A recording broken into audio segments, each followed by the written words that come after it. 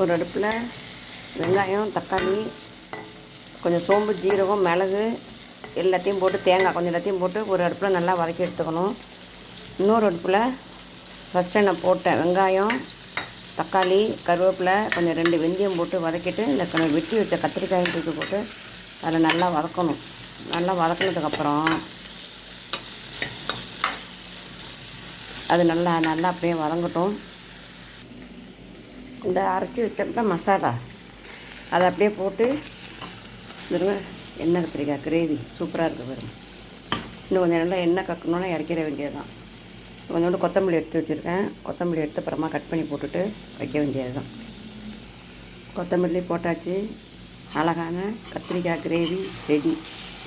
உங்களுக்கு எல்லாமே சொல்லிட்டேன். அதில் என்னென்ன செய்யணும், எப்படி செய்யணும். அப்படியே சுட சுட சாத்தில் போட்டு பசங்க சாப்பிட்டா சூப்பராக இருக்கும். நீங்களும் செஞ்சு பாருங்கள். லைக் பண்ணிங்கன்னா எனக்கு ஒரு சப்ஸ்கிரைப் பண்ணுங்கள். தேங்க்யூ.